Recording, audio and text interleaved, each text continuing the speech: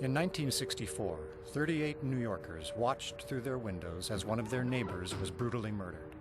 Her name was Kitty Genovese, a 28-year-old woman.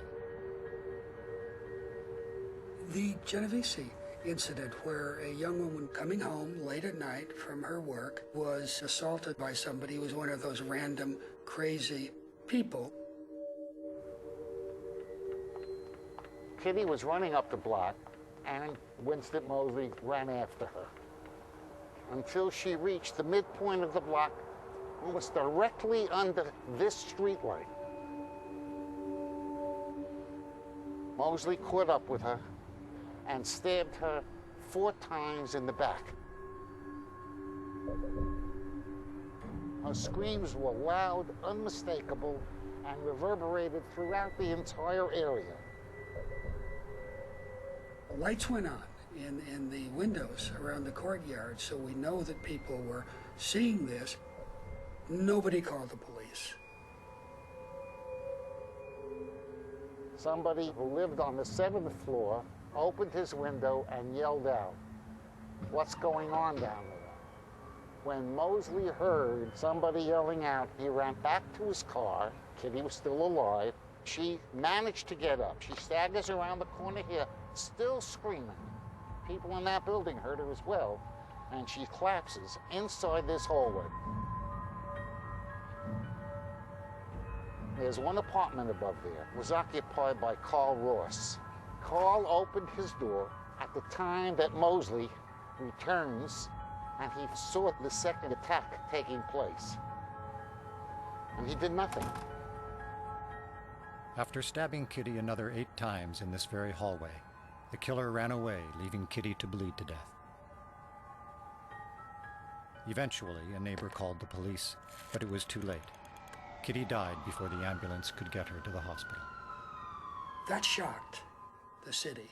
Now, it's not that a person got murdered that shocked the city. That happens, sadly. It's that a person got murdered and her neighbors watched and nobody did anything.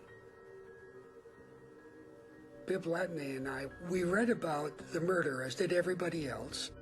Here we were 2 young social psychologists starting our research careers. We knew about Stanley Milgram's set of experiments on obedience to authority. And we started to think about, in an offhand way, what could have produced the Genovese effect. Perhaps Kitty Genovese might have been alive today if fewer people had seen her. There were perhaps 38 people who could have responded, but each were looking to see what these other people were doing.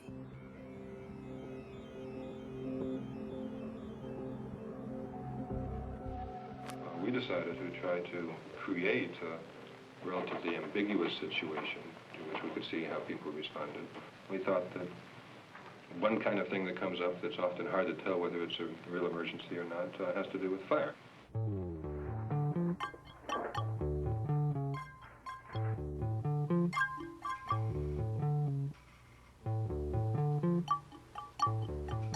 You see smoke coming through the vent, and it is ambiguous. What do you do? There's smoke coming out from under the door in that room where I was filling out the questionnaire. Almost everybody does that if they face the smoke alone. Now let's have you face the smoke with 2 strangers.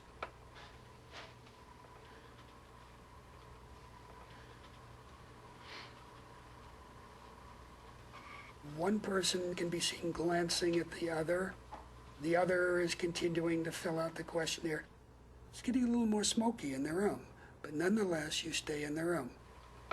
By and large, people surrounded by people who react as if there's nothing wrong don't respond. Everybody sees the other people not reacting, so they create a definition of the situation. No emergency. To test their theories about how groups and individuals respond differently to a crisis, Darley and Latney conducted a second experiment. This time, the emergency was clearly defined. First of all, I would like to thank the 2 of you for being here today to help out in this study. In this experiment, one student was asked to communicate via intercom with another student down the hall. Somebody, give me a little help here because I'm having a problem. I've got one of these things coming on. What sounded like a real seizure in the subject's headphones was just a tape recording of an actor playing a role for the experiment. If somebody would give me a little help. Hello? Could somebody help? If you knew there was nobody else but you to help, you got up, you opened the door of your room, and you headed off to find the person. On the other hand, if there were 3 or 4 other people present who you heard, I would like to thank the 3 of you for being here today to help us with the study. We are interested in learning. you are much less likely to respond yourself. Somebody, give me a little help here. I'm having a real problem right now. Help me out. The responsibility any individual feels for helping is diffused when there are other people who could also help. So what can we say back to the bystanders in the Genovese situation? The first thing we can say, I think, is they got a bum rap. They were reacting the way that you or me might react in those situations. There have been many incidents like the Genovese incident since then, and there have been many incidents in which people who could help don't help.